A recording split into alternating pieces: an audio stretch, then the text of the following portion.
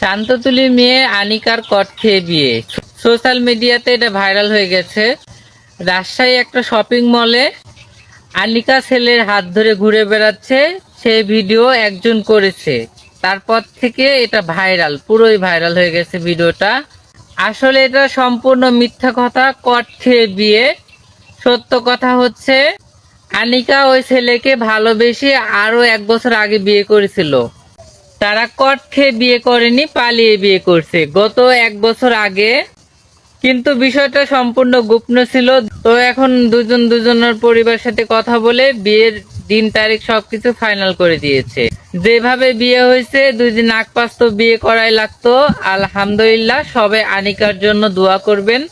তাদের নতুন জীবন যেন অনেক সুখের, শান্তির এবং মধুময় হয়। অনেকে আবার বলতেছেন আনিকার এটা বাল্য বিবাহ। বাল্য বিবাহ হলে অনেক আগে, নতুন করে আর কি বাল্য বিবাহ হবার আছে? আনিকা প্রমাণ করে দিয়েছে ভালোবাসা কোনো চেহারা মানে না, কোনো বড় লোক ছোট লোক মানে না।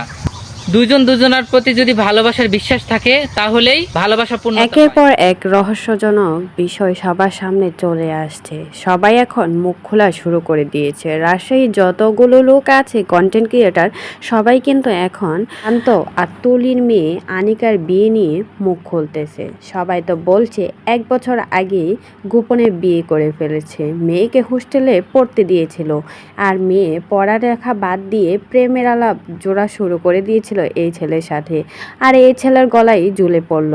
এখন তো সবাই মুখ খোলা শুরু করে দিয়েছে শান্ততুলির মেয়ে আনিকাকে নিয়ে। 1 বছর আগে যে বিয়ে করেছিল সেটাই কিন্তু সত্যি হচ্ছে। এখন মান সম্মান রাখতে শান্ত আর তুলি বুদ্ধি খাটিয়ে নতুন করে বিয়ের নাটক শুরু করে দিয়েছে অনলাইনে। কি আর করবে, মেয়ে ছোট, এত অল্প বয়সে বিয়ে করার শখ হয়েছে। বাবা মা তো না করতে পারে না, তার জন্য বাবা মার মান সম্মান রাখতে আবারও নতুন করে মেয়ের বিয়ে দুমদাম করে দিচ্ছে।